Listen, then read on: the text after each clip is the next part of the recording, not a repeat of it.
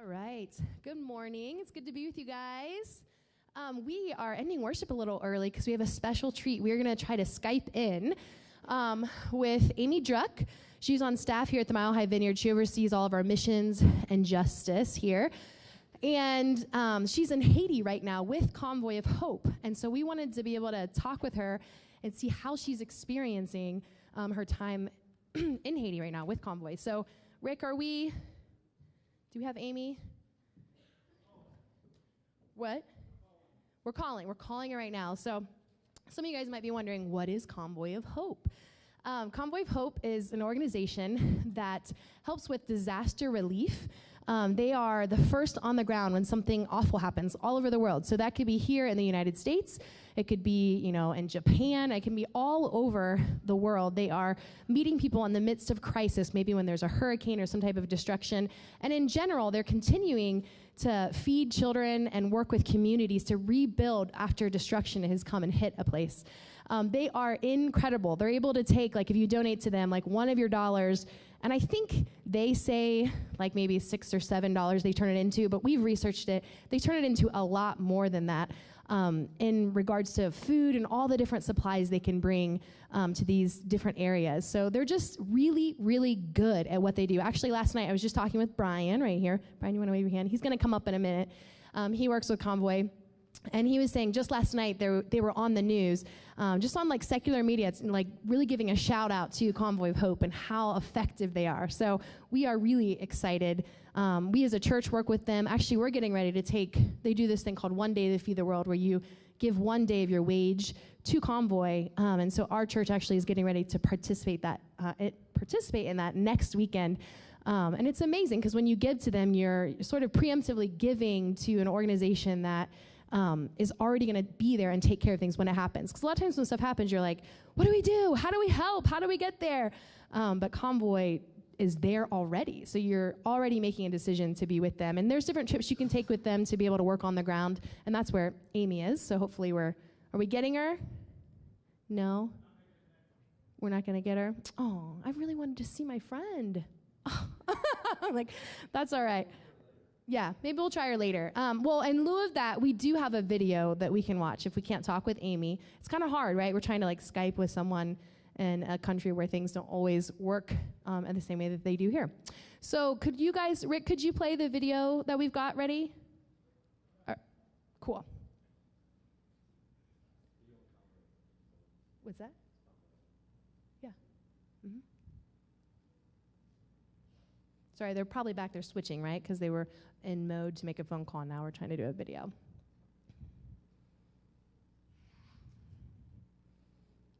No Amy or no video?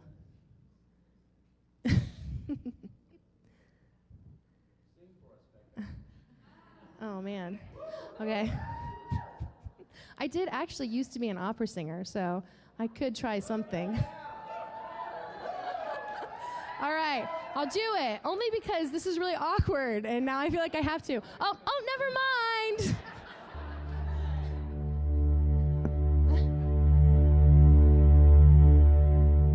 Today I want to share with you the story of Satota and her son.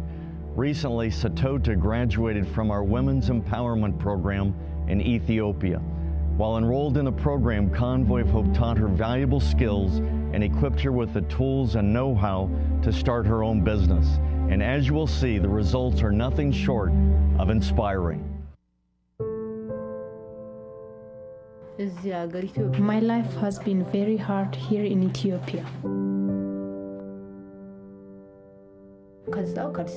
I used to have a boyfriend here, and I got pregnant. He doesn't want me to keep the baby. He wants me to abort the baby. I didn't agree with his idea. I want to keep the baby, and he doesn't want the baby. My trouble starts from there. After I refused to abort the baby, he started bringing other women to our house, and he would sleep with them in front of me. He took away my money, and he wanted to kick me out of the house. I gave birth. After that, Okay. Well, unfortunately, we aren't going to be able to watch that either. Sorry, we're having some technical difficulties. Well, this is Brian McLeese. And Brian, I just asked him, I said, Brian, what exactly do you do? Because I get to see Brian at all these events, and he comes and hangs out at our church sometimes. He said he is the relational representative for Convoy, which I thought describes him so well. He's one of the most kind people I have ever met. No, you really are. You're very, very kind. I love being in his presence and getting to be with him, and he does a great job of advocating for Convoy. So, Brian, tell us a little bit more about Convoy. I think Becca did a good job of advocating for Convoy. So, the big idea is we just try to trust Jesus, that he still multiplies resources like the little boy's lunch. It started really small. A man who was a journalist took food in the back of his pickup truck to a poor area in Northern California and just began sharing food, saying, you know, God loves you, and there's a church right up the street that loves you too. That's 20 years ago. This year we're celebrating the fact that Convoy has been able to mobilize churches in disaster response, but also areas where there's chronic poverty through strategic partner resourcing. So we've been able to pray with 64 million people in 20 years, all through mobilizing churches. And Convoy of Hope's just the ghost in the machine, if you will, enabling churches to be present on the worst day of some people's lives. So I'm wearing my pink today because nice all of that. Camo. Yeah, and camo. Yeah. Got it both going on.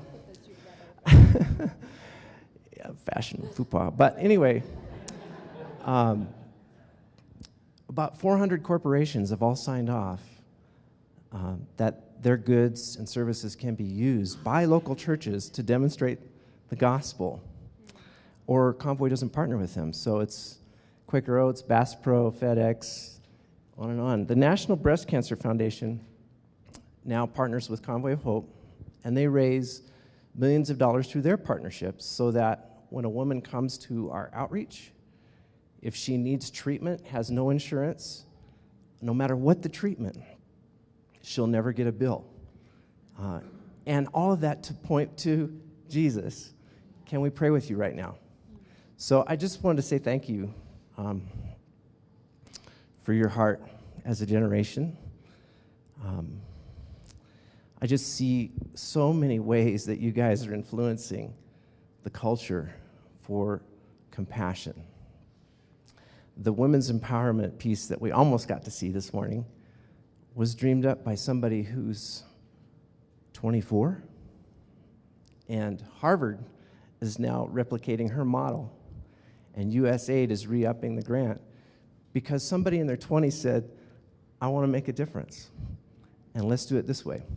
So thanks for thinking of us and dreaming with us that we could actually eradicate hunger in our lifetime. Did you know that if we just took the money that we spend on pet food as a nation? I have pets. I love pets. Do you love pets? If we just keep feeding our pets, but also take the same amount, we could eradicate world hunger as a nation. So God bless you guys. Thanks, Brian. Great. Thank you so much, Brian. You guys can check out his booth in the back. All right, we're going to bring Luke back up here. Now the fun part comes back. Check out, he's got the Olaf here. I feel like you are like Hello. A bundle of fun. I have 5 pets because I have 5 children. Oh my gosh. Just to let you know. That sounds awful. Is that bad? I don't know. I mean, not the children part, but the They're pets. not streaming this right now. I can say whatever I want. Okay. So, hi. Hi. All right, we got some more prizes to give away, huh? Does anybody want some free stuff? Well, so do I. Okay, what'd you bring me? Nothing? A cup of water? All right. That they've already drank out of. Yeah. So what are we doing? We're doing prizes. Okay. Oh, hey. How late did someone stay up? So yeah, who stayed up the latest last night? I'm just kind of curious. If you think you stayed up really already, 12:45. 12:45? Young child, stay seated. Oh, we got Anybody one else? longer. We got one longer. Yeah. Mike was over that. One. You're getting closer. Keep going. 3. 3. Oh, 3? Seriously? Anybody else do 3? You did 3? 4 or 5 right How here. about 3:05? No, 4. 4? And you're still here in the front row. Both of you really? together? Were you Did you have talking? a lot of caffeine today? Yeah, caffeine. Wow. Are you speaking English right now? Because it's hard to understand what you're saying. You're talking like 4 a.m. English, which is like, yeah. So did you really 4 a.m.? Well, we have a gift for you. Yeah. Here, go get this immediately. Yeah. You need this for the day. All right. Yeah. And okay, so you want to hold this for me? I'd Thank you. be happy to Hey, help. do you guys like our scarves? Oh, Yeah. imagine Thank you. I like your scarf. Thanks. It's pretty cool. It's I a would never gift. wear that, of course, but well, I mean, just I wouldn't look good in it. It has flowers. You look on really it. cool. Thanks. Yeah. So, this is Ola. Do you want to build a snowman? Do you wanna build Anybody? a snowman? Hey, if you have kids, my kids love this movie. Love Yes, it. they do. So we have the soundtrack, and I hate it because I have heard it so often. But Olaf is awesome. If you like Olaf, say what? Dang. Okay. So who is here and who did not bring your regular teddy bear sleep buddy? Okay. All right. Do you have Is a that pillow? your husband? Oh, good answer. All right. So if you didn't bring your little pal, stand up. Right here. There's a. All right. I'm just going to be really selective here. You really want Olaf? Okay, hold on. What are you willing to do for Olaf? Really? All right, come right here, right now. We're just. What is your name? Hey, everybody, say hi, Cherish. All right, come here. Let's do this. We want it. We want it. You want actions? I want everything. Yes, I'll hold the mic and you do the actions. Okay. I'm a little teapot, short and stout. Here is my handle, here is my spout. Tip. When I get all steamed up, then I shout, tip me over and pour me out. Yes. There you go. All right. So where is Casey here? Casey Corum? He's The back Casey here. Corum? Yeah. Where's He's he at? back here. Yeah, where? Over there by Casey, if Michael. you need a worship leader to Yeah. join you, teapot, yes. Good. Yeah, so what are we going to do for this? We talked about I forgot. something, and I forget what we said too. Yeah. We have to make a prize up right now. We're making it up as we go right now. Um, In my mind, it's working. Let's see.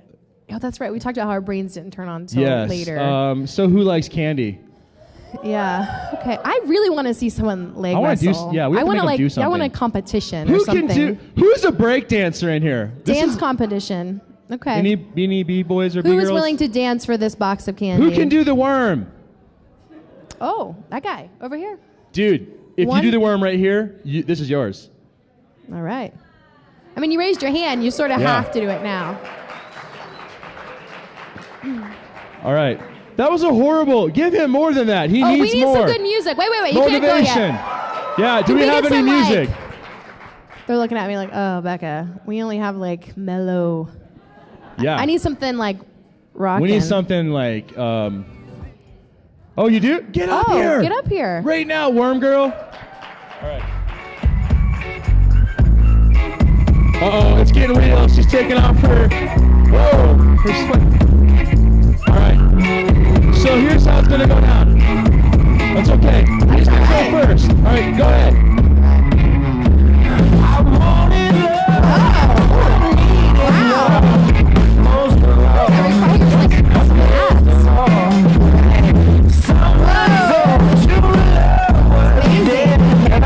All right, hey, come on, stand right here. You just have to go by cheers. Here's what we're gonna do. Okay, music off. All right. So those. What is your name? Brandon. Braden. All those who think Braden won, make some noise. That's pretty good. And what is your name? Season. Anybody who thinks Season won? I don't know. It sounded the same to me. Yeah. I felt like there were more girls in the second one. Let's do it. Let's do it again. wanna All right. share All right. it? Right here. Right here. Okay. Right here. It's your call. I don't know. I want to hurt your feelings. I think you guys need to divide it between the two Yeah. of you. Pick your favorite candy. That was too close. Yes, Too close yes. to Sal. All right. Seriously, standing ovation. Standing ovation. Woo! We Yes. hats off It takes to you. real courage. Think I, about it. If they can risk like that here, how can they risk for Jesus? I know. It's going to be seriously. amazing. I did the It's gonna worm be once, awesome. and then I didn't walk for a week. It was I awesome. know, that looked painful. Yeah. All right, So a couple moving on. announcements real quick. Has anybody downloaded our social media app? You have. Are you guys using it? Here's what I want you to do. If you have a phone that was created in the last 5 years, please pull it out right now. Okay? And here's what's going on. The Cause Conference is live streaming. All right? So right now, you should tweet to all of your friends and tell them, get online right now. The Cause Conference is going down. Okay? That's what you need to type. Are you typing it? Let's do it. With that voice, too. Okay? We also have, so you can download it on the App Store if you do not have it, but tweet to everybody. Hashtag is hashtag cause2live4. I think it's up there. Yeah, there you go. And then one other thing I want to mention is there are a bunch of booths out there, and there is a Multiply Vineyard booth, for instance, that has hacky sacks. Does anybody like hacky? Yeah, so after this, hang out over there, and there's other booths. You can get information, and we'd love to connect with you and just talk to you about the things that are going on in the Vineyard movement, which is great. And then lastly, there's a change in the Saturday schedule, which is up here. And if you notice, the last session is going to end tomorrow at 5 p.m. because of your crazy blizzard 3 inches. And we want to respect you Californians and get you home, okay? So please, plan on being here. But the outreaches that we had planned before, we're not going to be doing, okay? So we'll end at 5. Cool. All right, I have a couple quick announcements. I wanted to clarify, we have spiritual direction going on all day today. If you happen to sign up, if you sign up for one of those slots, what we need you to do is to go back to the kids' lobby. So if you'll see all the signs towards our kids area, go back to that lobby 5 minutes before your appointment and stand there, and your spiritual director will come out and say your name, and that's how you'll meet them. If you don't get there 5 minutes before, miss your session, and then you don't. So be there on time. And also, this is sort of like another prize, but there's one open slot today with Jim, one of our spiritual directors, at 3 p.m. So is there anyone here who feels like, I really want to sit and have someone talk to me about how they're experiencing God right now? Anyone? How come? This is an exciting prize, guys. This is like why you're here at the conference. Yeah? I'm like, right here. God, okay. Yeah. You just need to run back and sign up to be with Jim at 3 p.m. today. Sweet. All right, now all the slots are full. So make sure you guys are there for that part. And then one last thing. We have workshops going on this afternoon as well. Make sure that let me see. What does this say? Write these down. Write down your workshop and your location. Are they behind me? Oh, right here. There. I'm like, how do I write it down? I don't have a pen. So anyways, right here are all the workshops. Make sure you write them down and write down the room number or whatever room it says at the end in bold. And then after this session and lunch and everything, you can go and check those out. Are you writing these things down right now? Come on. He's writing them down, huh? See, I love Vineyard conferences because it's like, hey, we're starting at 9. Just kidding, 9:30. Hey, we're going to write some things down. Just kidding, we're not. So write those down. We don't want you to miss them, and they're great opportunities to grow and to learn about the subjects being covered up there. Yep, lots of things going on. And then one last thing before we bring Jay up. I'm going to be your mom one more time and just say, you really need to drink a lot of water while you're here. So some of you might be like, I have a headache and I'm tired and I feel like I have chapped lips. It is like seriously because of the elevation in Colorado, it sucks out all of your water in you and you get dehydrated really fast. You do. And with the weather being this dry, even me who I live here, it's definitely affecting me as well. So seriously, drink water until you feel like you have to pee all the time. I'm serious. Drink lots and lots of water. Like fill up your water bottles. We've got them in the back. So there you go. So if you've been peeing a lot, you're doing well. You're and doing if you good. haven't, you need to drink some water. Yes. Drink a lot of water. You're welcome. You're welcome. All right, so now we're going to bring Jay up here. He's going to be sharing with us again this morning. Let's get him up for Jay Pathak.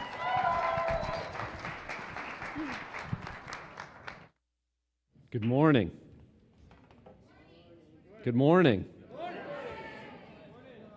Did you sleep well? Yeah. Or not. Those of you who didn't answer.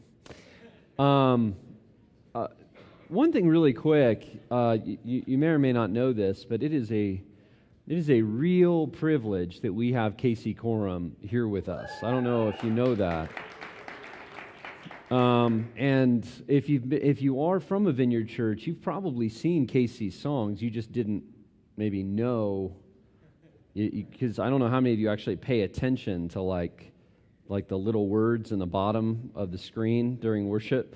That actually gives you the details of the song, if you've never noticed that. And Casey has been just such a gift to our movement in his writing and his leading. And so Casey brought CDs with him. He actually wasn't going to talk about this, so I decided to do it for him. So if you would like to buy a CD from Casey, he's going to have those back there for, I think we said $10. Yeah. And that's well worth it. That is well worth it for just even your own spiritual formation, your growth. So you should buy one of those and do that today. Are you going to do that? Okay, she is. She wants one, so she'll be there for you, Casey. Okay.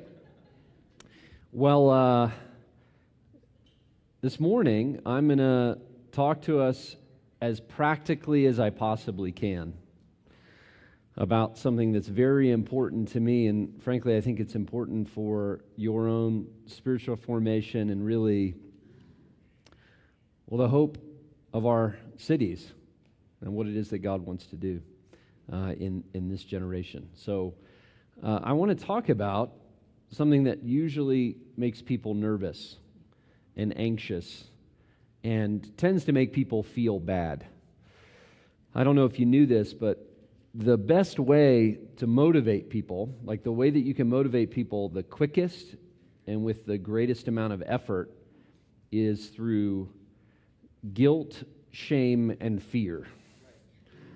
They are high motivators. That's why churches specialize in it. Because it's very powerful in getting people to do things. However, guilt, shame, and fear, as they are highly motivating, often are not very long-lasting. If you're motivated by guilt or shame or fear, it usually will make you do something quickly, but not make you do something over a long period of time. And one of the easiest ways to make people feel bad in church or in communities of faith is to talk about the E word, which is commonly called evangelism. It's the easiest way to make people feel bad because you can just start talking about how people are desperate and far from God all around you. They don't know who Jesus is and what it is to have life with Him. What are you doing to rescue people from the flames of hell? And right now, imagine all of your friends burning in eternal fire, saying, "Oh, Gino, why didn't you tell me?" So go get them.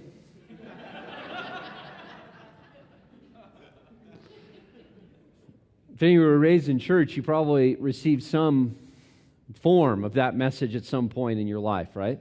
And it's very effective at making you feel really, really bad. You can fill up the front with people that feel bad about the fact that they're not doing what they're supposed to do. Anyone ever felt that before? Some of you have? Okay. And it does motivate us, and then often we will even read books and get training seminars on sharing our faith. And there have been, wow, it just got brighter. I don't know what just happened. Did you do that? Or am I like having a stroke? Okay. I just want to make sure. Someone call the paramedics. I think I'm having a stroke. No, it's the lights. Okay. You then go into training seminars that coach you in how to do various random things.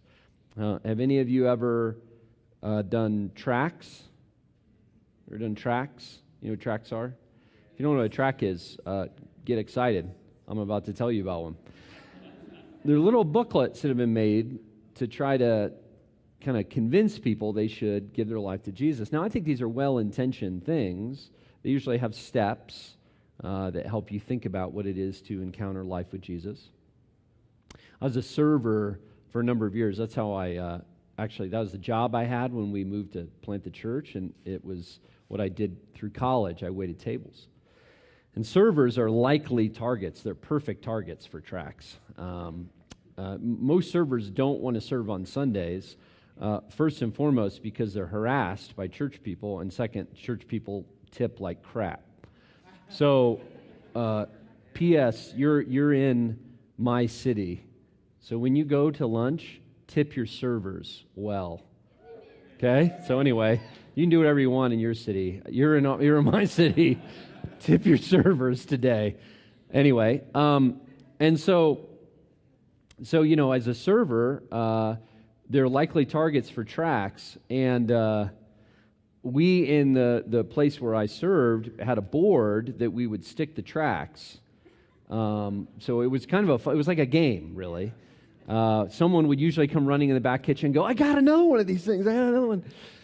And you pin them up, and I can remember one had it was a story of a girl in high school dies in a car accident, and it ends with her standing in the middle of flames and says, "Don't be like her. Pray this prayer today." You can laugh about this because it's actually pretty awkward, isn't it? And the servers just realize how ridiculous, just crazy. Ever heard that? That's a good quote, except for it's probably not Assisi's. Assisi was he was a rabid evangelist.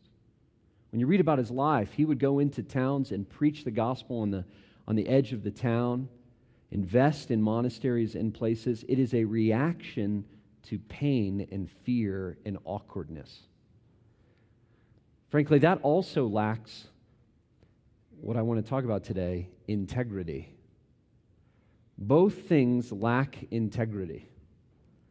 One, talking about things in a way that isn't really who I am. And the other is, I'm hiding things that are who I really am. I'm not sharing the whole of who I am and what Jesus has done in my life. Both lack integrity. It's just different forms of lacking integrity. And listen, with no guilt, no fear, no shame, right now, let me just say this as clear as I can. The world around you is desperate to find life in Jesus. Desperate. Everyone around you is a vacuum for worship, and they are trying to find a way to live a life that's worthwhile. At the bottom of every beer bottle and at the end of every sexual relationship, with every new dollar that they earn and the new junk that they buy, they are seeking purpose in life that is found solely in Jesus Christ. And this message that we believe in, though it meets the needs of people's hearts, requires articulation. You must speak of who Jesus is and what it is to have life with Him. The world is depending on it. So how do you do this, right? I mean, how do we find a way to live with integrity? And be the kind of people that are being transformed by Jesus to where it permeates the life that we live without trying to put on some kind of weird outfit, jacket, or also sort of being undercover. I'm just looking for an opportunity. I'm a spy for Jesus. Don't want anybody to know. Both seem very strange, don't they? They're both like frankly, integrity means that whoever you are out there is who you should be in here. And whoever you are here is who you should be out there. If you're broken out there, be broken in here. And if you love Jesus in here, love Jesus out there. Learn what it is to become who you are. So I want to speak as practically as I can. I'm going to give you a series of small points that hopefully will just sound intuitive to you. Like they'll just sound like what it is to just be who you are. Isn't it strange that we have to be trained to take masks off? We have to learn how to actually be disciples in Jesus with the whole of who we are everywhere we go. We almost have to learn that because sometimes we've just pieced together a life that doesn't really live from the center of who we are. Because frankly, and this will be the theme of everything we'll talk about, frankly, I don't have to teach you to share what you love. You already do that. It is the most natural and intuitive thing to do with our lives, is to share what we love. Who's here has seen a great movie recently? If you've seen Interstellar, you've seen a great movie recently. What a great film. I saw Interstellar just this last week because someone on our staff said, Jay, have you seen Interstellar? You're going to love it. I went, oh my goodness. I've been wanting to see that. I actually left staff meeting and went and saw it. I had forgotten it had come out. I was so excited to see a new Christopher Nolan film. It is a great film. And literally, within 24 hours, I had texted friends that I know love films the way I do, and I had texted them, whatever you're doing right now is not as important as seeing Interstellar. Send. Leave whatever you're doing and go see this film, right? I mean, I did it. Anybody been to a great restaurant lately? Do we have any Chipotle evangelists? Yeah, we got a few. Okay. I remember when Chipotle came out. Do you remember when it just kind of burst on the scene and it was like everyone was talking about Chipotle? You can go get a burrito that's like a small child and put it into your body like it was like this amazing thing, right? Like people were so excited, and it's sort of like fast food. It happens really quickly. I mean, it's like all happening right in front of you, and it is so good, right? You remember how big Chipotle bands? Some of you are like, Qdoba. Anyway, but we all know it's Chipotle. But now here's a question. It's really simple. It's a really simple thing. I went and saw Interstellar this week, and I walked out genuinely impacted by this film. I think it was a beautiful film. Now, here's what's interesting to note. There was no one standing outside the door saying, did you enjoy the film today? I did enjoy the film. Then listen, it's incumbent upon you to tell at least 10 of your friends about Interstellar. If you don't, you will have betrayed this experience. Do you understand that the world is depending on you? No one did that. No one did that. No one needed to do that. Because it's the most natural thing in the world to share what you love with people you love. Actually, if you did that to me, it would make me not want to do it. Somehow it would make it weird and awkward. I'd be like, am I doing it right? I don't know, right? It would get strange. Why does it get so hard when it comes to our life with Jesus to just share what we love? It really just comes down to, if we know we're being impacted by Jesus presently, and we love people and we love God, it should be the most natural thing in the world to speak about the life that we have in Him. Frankly, it's so natural that we've had to work hard to make it weird. We've made it weird and made it hard, and we've created pressure when there simply need not be any. So as simply as I can say it, in this little bit of time, I want to challenge us to figure out how to share what we love with the whole of who we are. So I'm going to give you a few simple points that might deconstruct and free you up to be the kind of person that speaks, okay? So simple point 1, This is really simple. It's so simple that you shouldn't have to say it.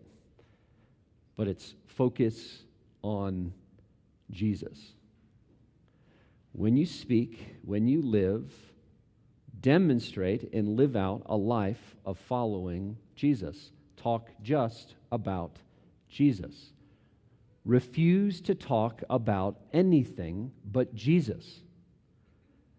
See, when you start to talk about the life that you have with Jesus, there's a number of other things that sound like Jesus that aren't Jesus. Like church isn't Jesus. Christianity is not Jesus. It's not. Morality is not Jesus. Dead Sea Scrolls are not Jesus. None of these things are Jesus. Religion is not Jesus. It's amazing how quickly, when you talk to people, because they've also been trained, will start talking about things that aren't Jesus. Like if you say, gosh, I love Jesus, what do you think about Jesus? Which, by the way, you're doing today on the phone, right? When you do that, it's amazing how quickly people talk about something else. Oh, I don't know what I think about church.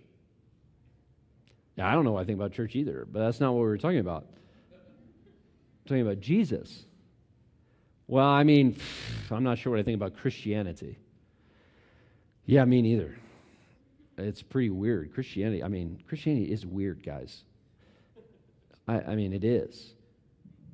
Yeah, there's a lot to think about and how Jesus interacts with Christianity. But what if we just talked about Jesus? Well, what about the Crusades? I don't know. I don't know about the Crusades. Do you know about the Crusades? How do you know about the Crusades? Like, I just know about Jesus. The Apostle Paul says, when I was with you, I resolved to know nothing but Christ and Him crucified. When I was with you, I resolved to know nothing but Christ and Him crucified. I am willing to give away anything except Jesus. I'll give away all the other stuff. I'll give away church. I'll give away Christianity. Frankly, church doesn't make sense without Jesus. Right? Like, what are we doing here right now? This is weird, what we're doing right now.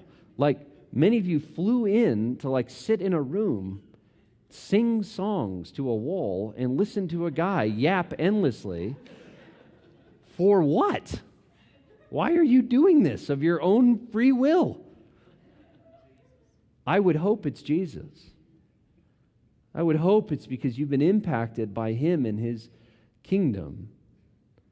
And frankly, we get confused and we argue about all kinds of things. Argue about nothing, discuss nothing but Jesus. This is a really good exercise. To try to make it so you don't even use the word Christian, Christianity, church, or religion. Just try to not use those words for 1 month and see if you can still talk about your life.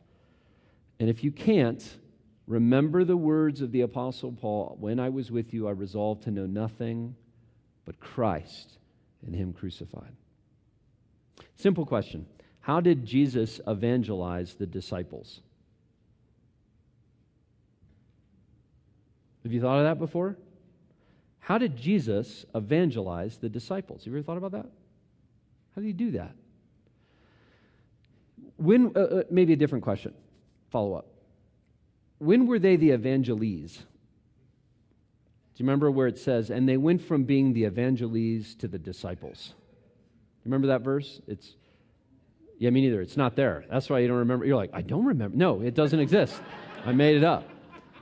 They never went from the evangelies to the disciples. They were always disciples. Most people will discover life with Jesus along the way. Isn't that what you're doing? I think that's probably what you're doing. You discover life with Jesus along the way, and frankly, people are drawn to Jesus for any number of different reasons, and then they begin to discover who He is and what He's really like. That's the story of the disciples. They're drawn to Jesus because he's a great teacher, for example. He's a miracle worker. Some even began to believe he was a prophet. But very few actually thought of Jesus as the Messiah and the Savior of the world. Frankly, I'm not even sure that the disciples knew what the heck was going on till he rose from the dead. Do you? I mean, when you read the narrative, they seem really clueless every single page. But yet, they were drawn to Jesus for any number of reasons. When I talk to people, they'll often say, well, I think Jesus was a great teacher. You ever heard somebody say that? That's usually a cue for good Christian apologists to argue with them. I would like to suggest that you shouldn't argue. I think it's pretty cool that people think Jesus is a great teacher. I love to say, that is great news. What about his teaching do you like? 99% of the time they go, I don't know. I learned that in a Philosophy 101 class, and I'm parroting it. I don't even know any of the teaching of Jesus. Most people don't know any of the teaching of Jesus. I mean, the New Testament, you could make a decent argument, I think a good argument. It's the most shaping document of the Western world. And yet most people that live in the Western world have not read the New Testament. They've not read the teaching of Jesus and those that followed him. And why wouldn't you read the New Testament? Why wouldn't you read the teaching of Jesus? Which part of his teaching are you applying to your life and seeing it change you? I agree, he's a great teacher.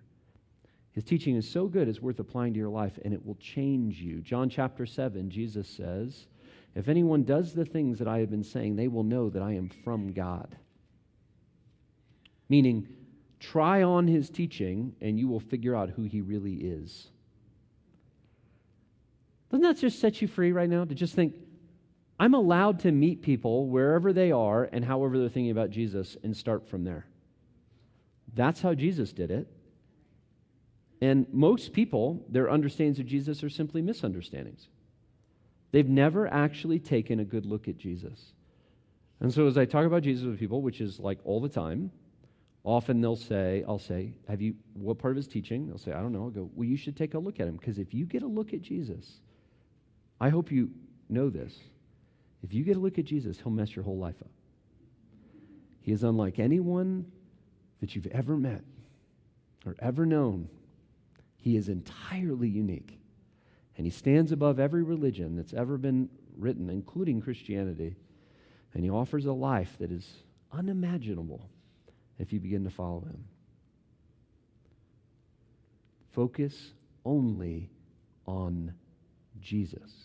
Speak of Jesus. Now, as soon as I say that, that probably creates a problem for you, because it's hard to just focus on Jesus, because I'm not sure how much material you have on Jesus. You might have a lot of material on Christianity or church or the morals of Christianity, and I just took all that away from you. Don't talk about that.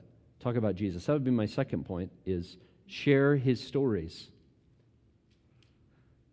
And share your story in Jesus. Share stories. People like stories, don't they? Don't you like stories? That's why you like movies. You know, you like stories. I don't know what your favorite movie is. Do you have a favorite movie? I wonder why you like that movie. There's something about the story that compels you, right? That draws you in. Jesus shared stories. He did it all the time. He loved sharing stories. And even the way we understand who Jesus is from stories. Right? Like much of the Western world, we major on the Apostle Paul because we like him to take those stories and turn them into thoughts. But frankly, even those thoughts are fixed in a story. Our scriptures are stories. Everything we believe fits a narrative. The Bible isn't just a book of religious thoughts. It's a book of stories, narrative about how God has shaped human history. And people love stories. I have a Hindu friend that I'd spent many years talking with Jesus about, and after many years of us talking about Jesus and thinking about the scriptures, one day he said to me, you call this a religious book, the Bible. It's not a religious book. It's a history book. We have lots of religious books in Hinduism, but you don't have a religious book. It doesn't tell you what to do and how to do it. It's a story, a unique story about a unique people that in this story you're supposed to find your own. Share the stories of Jesus. What are your favorite stories of Jesus, and what would it look like for you to share those? Just to talk about them with people. Have you ever noticed how annoying Jesus is in this sense in the Gospels? Like, when people ask him a question, he tells a story.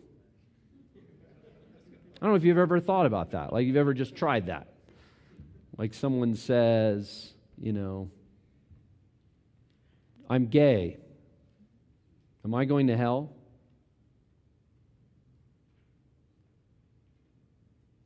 Oh, I do have your attention now, right? Like you go, what's he going to say next? I don't know what I would say if you just say something about, and then the love and everybody accepting and then just changing and the heaven and it's not about and. I watch people do this all the time. It's like, but God, and then we're all sinners, and then the love of Jesus. What? What was that? That's really weird. Right? Because you can tell the stakes are high. You don't know what to do. I have a bunch of thoughts rattling around in my mind. There's moments where Jesus has these moments. I remember being on a plane, and I was in a conversation with a guy about Jesus. In the middle of this conversation, he was a nice Christian guy, and I was trying to persuade him that it didn't matter if he was a Christian, he should know and love and follow Jesus. And catch the irony. Anyway, so we're in the middle of that. In the middle of that argument, somebody from over the chairs, I could tell someone was listening in, so I look back, and there she is with her face. Have you ever been on a plane recently? Like, so close. Everything's too close. And her face is pressed against the chairs, listening. And I noticed her, and she is backed up. And I said, you can be a part of the conversation. So, okay. So she's leaning over the chairs like this, listening. So I was drawing some things, and we were looking at scriptures. In the middle of that, she just said, I have a question, just in the middle. Am I going to hell because I'm gay? What if you're a lesbian?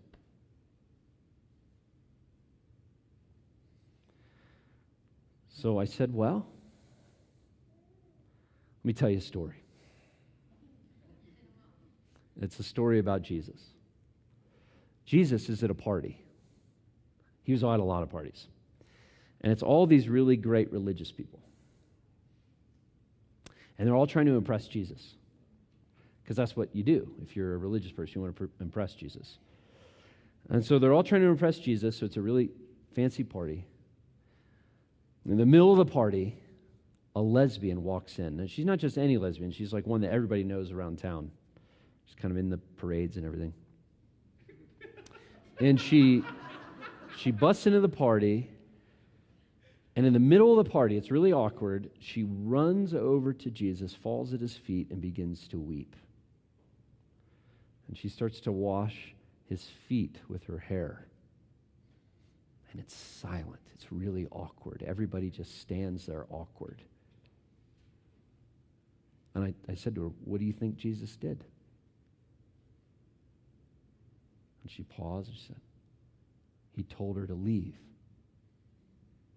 I said, that's a good guess, but that's not what he did.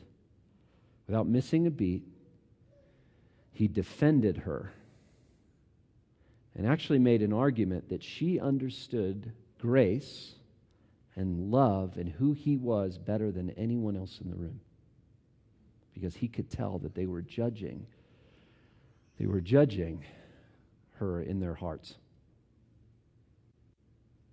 And he found her worship more beautiful than what anyone else was doing in the room. And I said, so really there's only one question for you. Do you want to know Jesus? And she leaned forward and started to cry, and I leaned forward and started to cry. And my buddy Bob started to cry. Do you know, that's a real story, by the way. I took some liberties. She's not a lesbian in the story, but that's effectively what's happening. Now, you see how a story says something different than a series of statements? What's your favorite stories about Jesus, and how often do you tell them? If you don't tell them very often, Why not? I love telling stories and then asking people, what do you think happened? Why do you think that happened? What do you think that says about Jesus? Is that interesting to you? Again, most people are biblically illiterate and they don't know the Gospels. They don't understand how magnificent this man Jesus is, and frankly, how controversial he is. And most people, when I ask, who do you think Jesus argued with the most in the Bible? Who do you think he was always in opposition with? Who do you think got upset with him? They usually say something like, I don't know, like political people, immoral people. You know the answer, right? Religious people. That's who he's mostly arguing with. And I tell stories about that. I'll just tell stories about the different interactions Jesus has with religious people. How he says that it doesn't matter how hard you're trying or whether you look on the outside. It's whether you'll come to me with all you are from the inside and allow me to wash you and change you and transform you. I mean, do you understand that most people don't know that's actually the good news, the gospel that we have in Jesus? You know that, right? Most people have a misunderstanding of who he is and what it is to know him. Share stories. Tell stories about Jesus. Even tell the stories he tells. He's got good ones. If you've not told or found yourself trying to tell the story of the prodigal son, what a beautiful story. You tell that story, it's really confusing to people. It's probably just as confusing as when he told it. Tell stories. Do you like telling stories? Learn to be a great storyteller. Tell stories of you where you're a mess and Jesus has encountered you. There is power in sharing stories. Third, learn how to listen. Be a better listener. Learn how to hear what God is already doing in people's lives. John chapter 5, Jesus says, I'm working because my Father is working. And the Father loves the Son and shows him everything he's doing. God is already at work in every person that doesn't know him right now. It's happening all the time, everywhere around you. The question is, can you ask the right questions? Can you engage people at the substance of their life in such a way that you can draw to attention these different places and how Jesus is working in their life? Let me just make this really basic. Let's think of this in levels. There's 3 levels to really how we communicate. The first level is the most shallow level. It's the way we always communicate, which is usually around what we're experiencing together, right? So if you were to talk to someone in a grocery store or in a coffee shop or someone you just met at a party, you say something like, "Whoa, it's so cold out there." Right? You say something like that. Like, "Ooh, nice shoes, man," or how did you end up here? Who do you know? Oh, so we're at so-and-so's birthday party. So how do you know so-and-so, right? You try to draw from commonality within what is within sight, right? Isn't that what you do? It's just basic social. You maybe didn't know you do that. That's what you do. If you go deeper one more layer, you say something like, "And what do you do for a living? Where are you from?" Right? You do that. You're socially conditioned to do these kinds of things. Now, most people, that's the end of anything they talk about. The third level of depth, motivation and desire, right? So if somebody says, "I'm a doctor," something you can ask is, why are you a doctor? What made you want to be a doctor? Now, listen to me. This is crazy to think about, but do you know how many people go years in their life without anybody asking them a deep question? Years. Without anybody asking, why do you do that? So you're a father. What are you learning about being a dad? How has that changed you? Did you see how that's different? Oh, so you're studying at CU to environmental science. Why? What do you dream for? What do you hope for? Most of the time, people freeze. They go, "I'm hoping to get a job." Why? Why do you want a job in that? Why that? What do you hope for? What's the most interesting thing that can happen with that? Do you see what I'm doing here? I'm asking questions to listen There's a great book by a guy named Conrad Gempf called Jesus Asked. And he asks a simple question, which is, why did Jesus ask more questions than he gave answers? Have you noticed that in the Gospels? He asks more questions. Usually when you ask Jesus a question, he asks one back. He very rarely answers. And then if he does answer, he answers in a story in a way that nobody knows what the heck's going on. Jesus is interested in drawing the heart of a person to the surface. Now, if we believe that God is working in the depths of who people are, usually all we have to do is ask a series of questions to discover ways that we see God working in their life. And frankly, this is a great way to just love people. When you show an interest in who they are and who they're becoming. See, the greatest challenge to us sharing our faith is often not that we're not brave or that we don't know what to say or that we don't have a story to tell. It's that we just live such shallow lives. We live shallow with others and we live shallow even within church life. We never really get to the substance of who we're becoming, what we hope for, our greatest regrets and hopes and fears.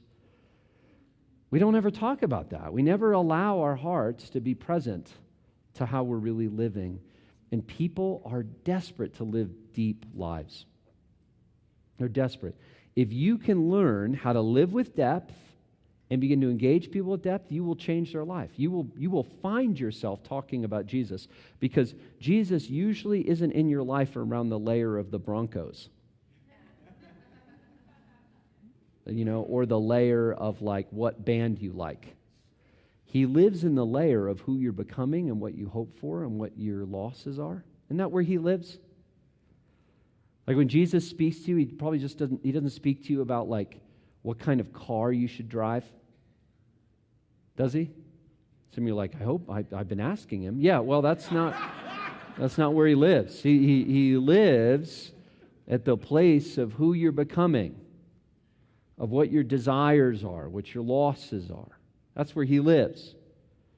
And we don't know how to access that often, and then we also can't see how he's working in people around us.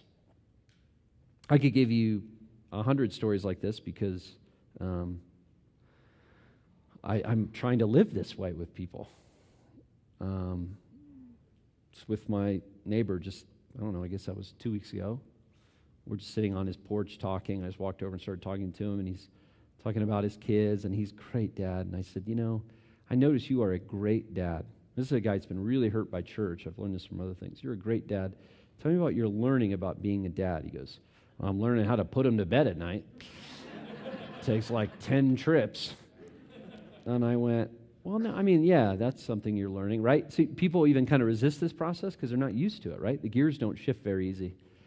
And I said, but how do you think you're a different dad than your dad? What have you picked up from your dad? And then what are some things that you're choosing to do differently? And he thought a minute. He goes, I don't really know. He thought and he said, I guess, when I think about my dad, I think my dad did the best he knew how to do. But what I'm learning is there's just power in being with my kids, right? They just want to be with me. And I'm realizing as they get older, they're not going to want to be with me as much. So I'm trying to figure out how to just be with them more. And I said, and what's the challenges now? What are you learning? He goes, well, I'm learning that I'm really impatient. And they irritate me. But if I can manage that, if I can push through that, I really connect to them. I start to see who they're becoming. And I said, so tell me about your kids. Who are they becoming? And he da-da-da-da. So then he asked me, what are you learning? What are you learning? Because polite society requires that you reciprocate. Eventually, someone will say, oh yeah, you're here. Who are you? I'm telling you, that's just how it works. Eventually, someone will say that. And I said, Mike, what's really interesting about what you have to say? And P.S., when I say this, it's because it's actually what I'm observing. I'm not trying to do this. It's I said, what's interesting is everything you're saying is stuff I'm trying to learn, but I'm learning it through kind of a different angle. Everything you're saying that you're learning as a father is the way I'm learning how God actually sees me. And every moment I have when I learn as a father, I realize that's why Jesus said we're to think about God as our Father. all the dots connect for me. And I wonder if that's what would connect for you. Like, I know you've had all this weird stuff with church, but I think that's how God is relating with you. I wonder how that would change things. And you look forward, he goes, man, you're really good at this. You're really, really deep, And I said, I'm really, and I'm being honest with you right now. That is what I'm learning. Every moment I have with my kids, I realize I have this moment where I think, could it be that God sees me this way? And it changes things in me. It makes me pray different. It makes me live different. Now, here's a question for you. Would someone like to write a tract on how being a father leads you to Jesus? Would anyone like to write the 4 steps for that? I'm just like, if you live deeply with Jesus and you live deeply with people, you'll talk about Jesus. You're not going to have to figure out how. You just will. And trust me, people are desperate to live with depth. They're desperate. They want someone to tell them there's something more than just working their job, making money, and trying to figure out how to have more sex and have it better. People know that's not all there is, but that's all that they have. And so they're going to keep living that way until someone shows them that there's a way to live with more. Number 4, don't argue. Don't ever argue. Don't ever argue. Do not ever argue. If you want to argue, don't. If you find yourself being defensive about your life with Jesus or what it is to know God, that's your issue. And grow through it. If you ever argue, it's because you're insecure, or because you're caught, or there's a crisscross in your life. By the way, we're doing a little marriage counseling right now as I say this. If you argue, it's because you're insecure. And you need to grow up so that you can become the person that you're supposed to be in Jesus. See, I know this in my marriage, right? Like if I'm coming home and I know I'm late for like dinner because whatever, I'm spacey or whatever. And I come in and Danielle goes, oh, so where you been? When I'm like, well, there's lots of traffic and there was snow and then the people and the phone call and the crisis because I'm a pastor. See, as soon as I start talking like that, you know why I argue? It's because I kind of don't really know what I think and I know she's kind of right. And it's exposing the fact I'm insecure. When you argue, it's because you're insecure. When someone asks you a question you don't know the answer to, be humble. Be humble. God opposes the proud and gives grace to the humble. Somebody says, well, if God's so good, then why do terrible things happen in the world? And you go, well, because free will and Jesus and robots, and you're not a robot, and he loves, so there. That's your issue. That's you. That's your problem. If you don't know, let's all get really honest. Does anyone really know the answer to that question all the way to your spine? You really don't. You know what's really impressive is when you can look at someone and go, that is really hard. There is stuff in my life that I wonder, why God? Why like this? Why did that person die? I don't really know. I have some thoughts in my mind. I have some ways that I'm learning how to grow through that. But I really don't know. I don't think there's a simple answer to that question. I mean, do you think anyone would hear you say that and just go, well, you're dumb. I'm not going to believe. Here's the facts. If you don't know and you still believe, it's probably likely they don't need to know that in order to believe. Right? I mean, you're not smart enough to answer everybody's questions. You're just not. And ultimately, behind every question is a problem of the heart. Most questions people ask are betraying their own experience and their own fears and their own needs. That's really what they're asking for help with. Don't ever, ever argue. Ever. Don't ever argue. Be humble. I had a philosophy professor. I studied philosophy. I love philosophy. I thought I was going to be a lawyer. And I studied philosophy, and my favorite professor did symbolic logic, ethics, and rhetoric. Amazing guy. And after years in his classes, I'd always take his classes because he was really bright, and he was an atheist, and he would just come at me. We'd be in a lecture time, and he would go, "I bet the Pope has something to say." He'd call me the Pope. And he'd argue with me and fight with me and try and make me look dumb, and I'd just laugh, I just thought it was funny. And because frankly, he's just a lot smarter than me. I mean, not like a little bit, like a lot. And a lot quicker, and he obviously thought things out in a way I hadn't. And I remember after 4 years of this, we became friends because I liked him. And after 4 years of this, I'm sitting in his office hours one day, and he said, "Jay, I have a question for you.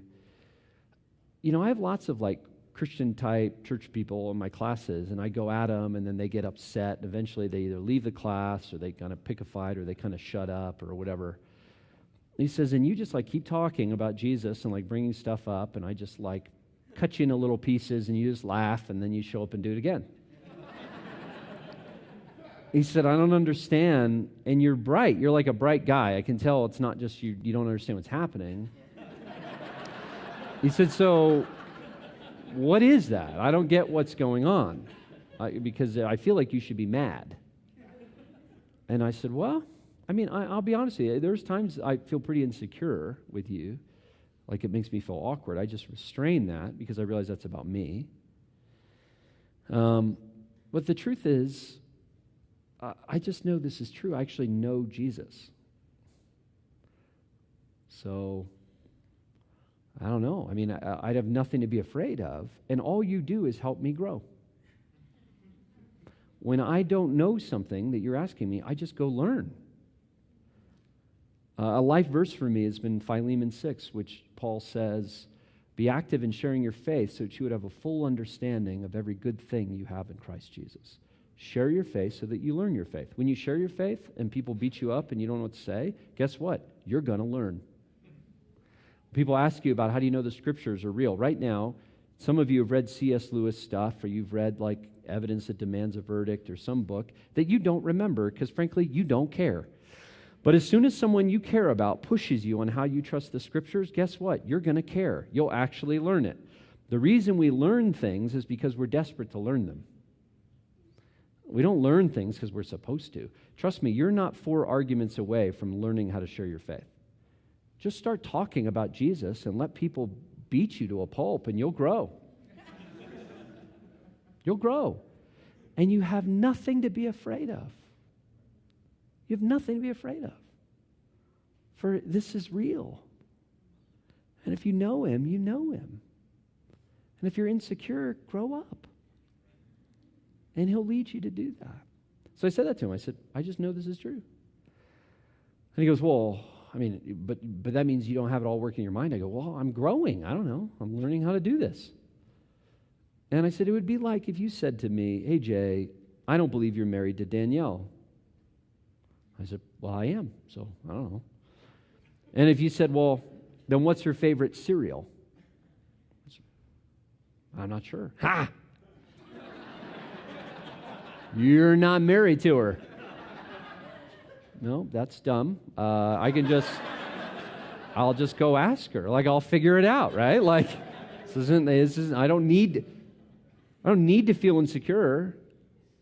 If you said to me, "Hey, that's a nice red sweatshirt you're wearing," I wouldn't go, "How dare you? I'm offended. This is not red." That would be weird. That means something's wrong with me. I would instead just say, "Wow, this is red, huh? Yeah, it's red. Nice red sweatshirt. You see anything else red in the room?" I would think, something's wrong with you, like that, and, maybe I can help you see better, right? I'm not going to, You understand that the reason we're insecure, the reason we argue is because we're insecure. And if you're insecure, grow up. If there's things about God you don't know, see that as an opportunity to grow. What a grace. What an opportunity. You have nothing to be afraid of. Never, ever argue. And when you feel tempted to argue, when you feel tempted to be defensive, see that as a spot of immaturity and insecurity. It's okay. Just grow up. You can learn and grow. Does that set you free a little? This is how you grow. You grow by engaging people. There's people around. Your classroom is around you all the time. Opportunities to grow in your life with Jesus. Last one I'll say. We could do this all day. I'll say last one because I think we want to minister. I think some of you need to be like just set free from oppression and fear. So we're going to pray for that. So if you're feeling that start to happen to you, we're going to do that in a powerful way in a second. But last one would just be this. Demonstration is persuasion. Demonstration is persuasion. Demonstrate the gospel by how you operate and how you live, and then speak about it. Demonstration is persuasion. You don't have to persuade people based on like having really fancy, nice things to say. Just be the kind of person that lives with peace and hope and grace and humility, and that'll be as persuasive as anything you've ever done. Demonstration is persuasion.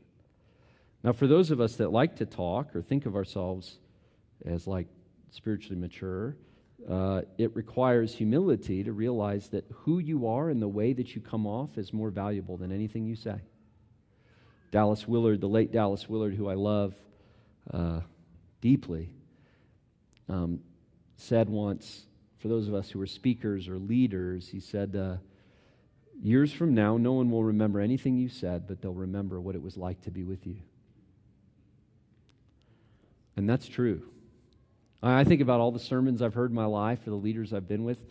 I might be able to pull out like a sentence or two or a word or two or a thought, but usually I just remember what it was like to hear them, the way it made me feel, if it brought freedom or hope or courage or whatever, right? Isn't that how you really experience things in the end?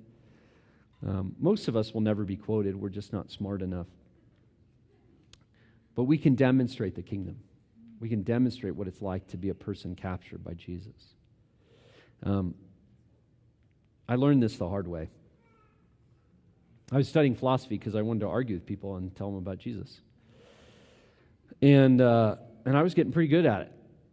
I remember we went to an all-night coffee shop on this campus of Ohio State called Insomnia. And it was all the kind of riffraff type people on campus, people with studs around their wrists and their neck. And I remember there was one guy who, he had combat boots on, big dude. He was like 6'6" guy, big guy. And he's sitting there, and I went over and said, hey, you guys just hanging out? You want to talk about Jesus? And I'm with a friend of mine, new believer, who started following Jesus, was living in the dorms with me. And he sits with me as we engage this guy. And this guy starts talking to me, and we're going back and forth, and I am just like, frankly, I'm just a lot quicker than him. My mind's working faster, So I'm just like running circles around him and just like, and he's like, if that's good for you, then that's good for you, and that's not for me. And he's kind of doing the relativistic thing. So I start breaking him down. I go, so that means I can just do whatever I want, you do whatever you want, and, we're going to be fine. He goes, yeah. I go, well, that doesn't work. He's like, no, it works. I go, well, you know what? Let's try it on for a minute. Let's just try it on. We're like sitting there at the table.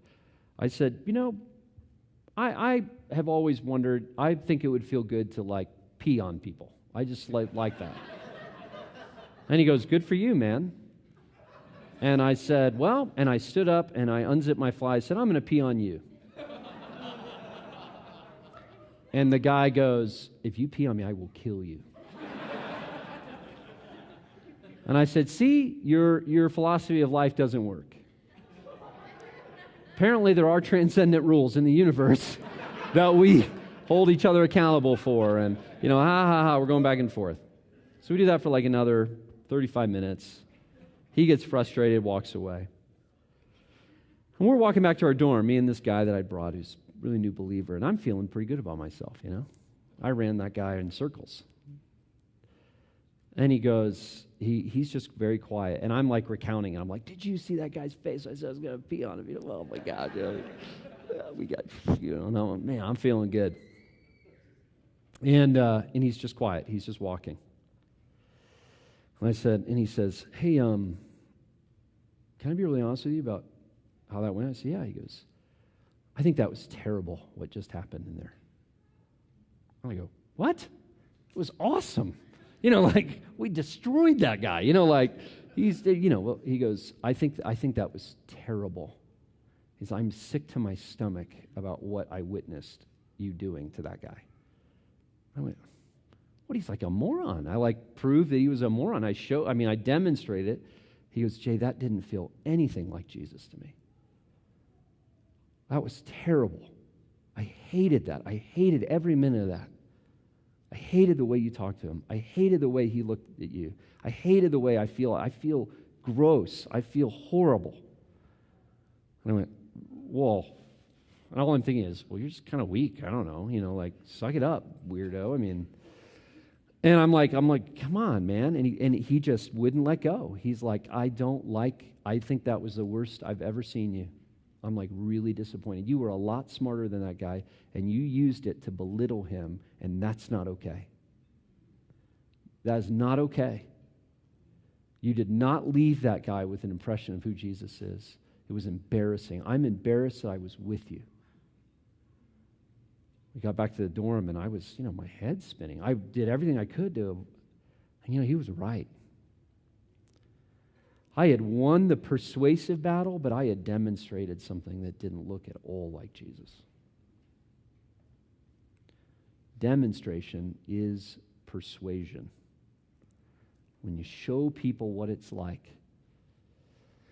Over years, I've really been trying to work on this, because, I see it in Jesus. He has a way of showing people what it's like to be with him.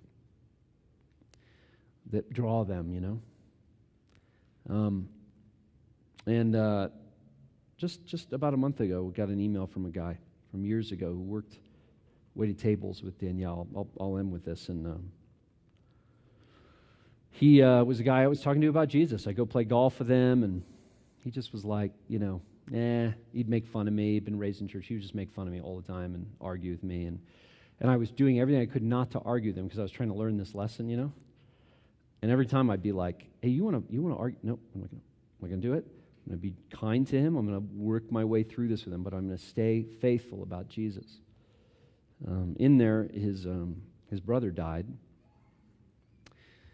And Danielle came home from work and told me about his brother died. I said, I think we should go to the funeral.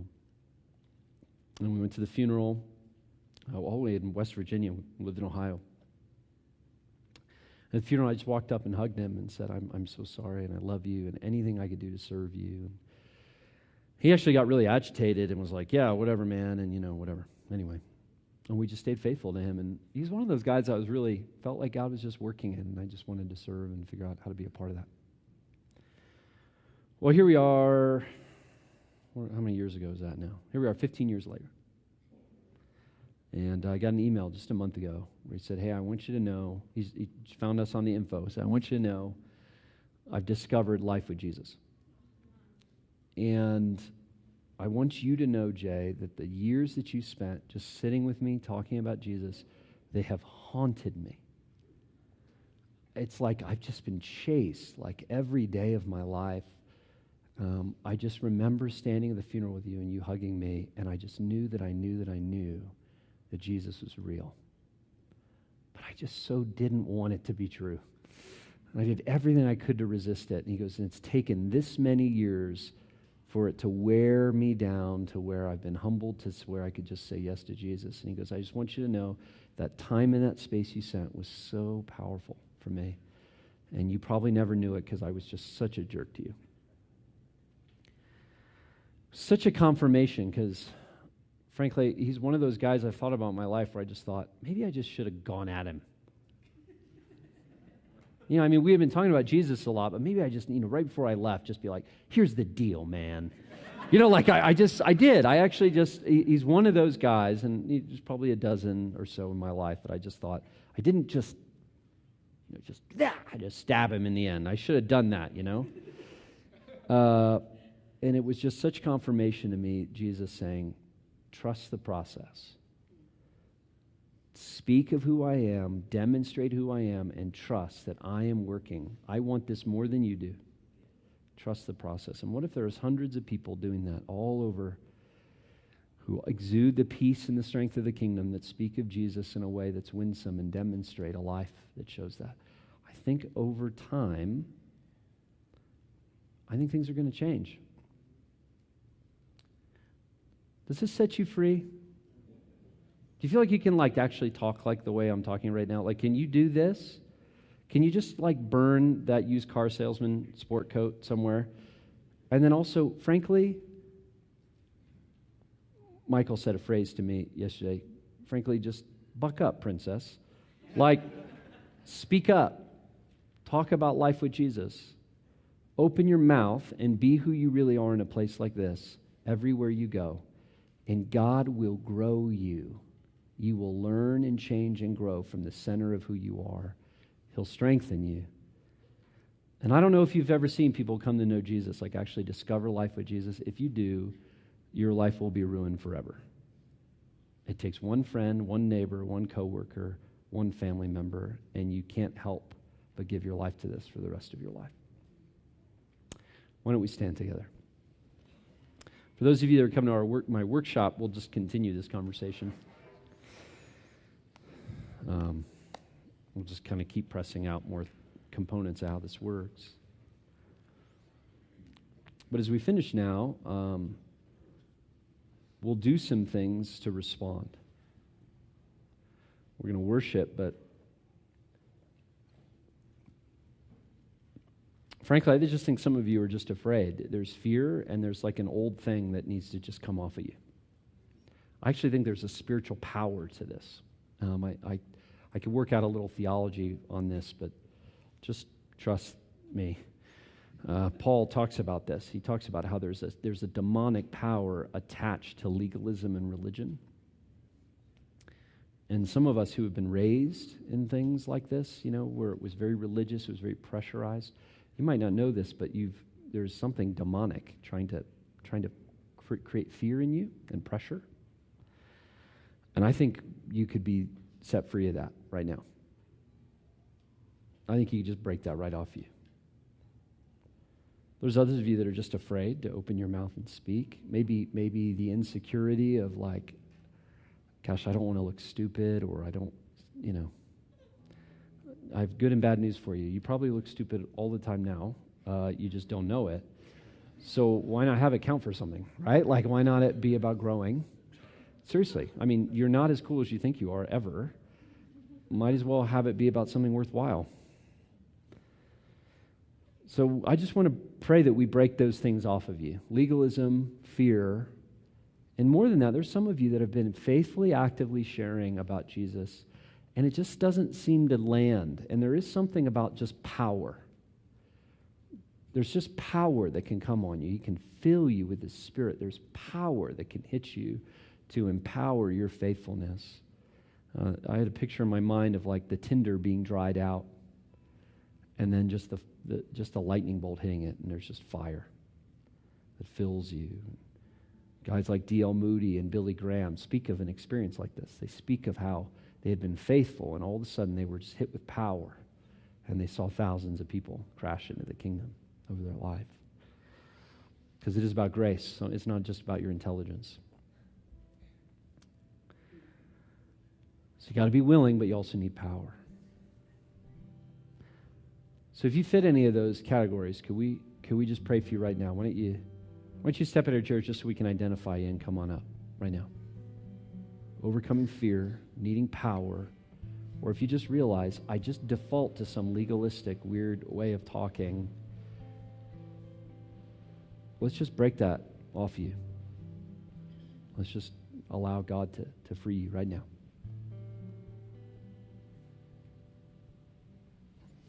And as you even do your phone calls today, God is going to give power to us to engage people. Okay. So,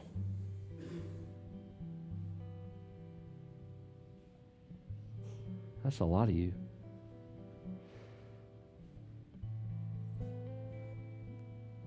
All right.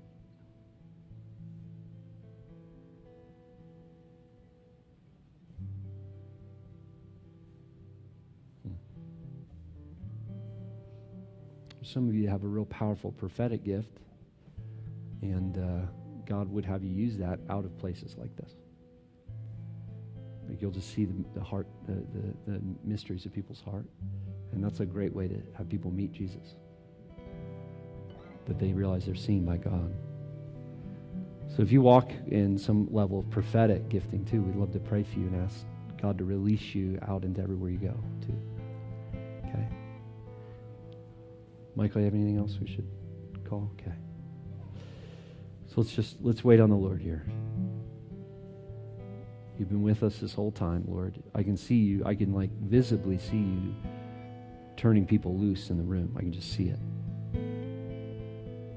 Pressure's just coming off of people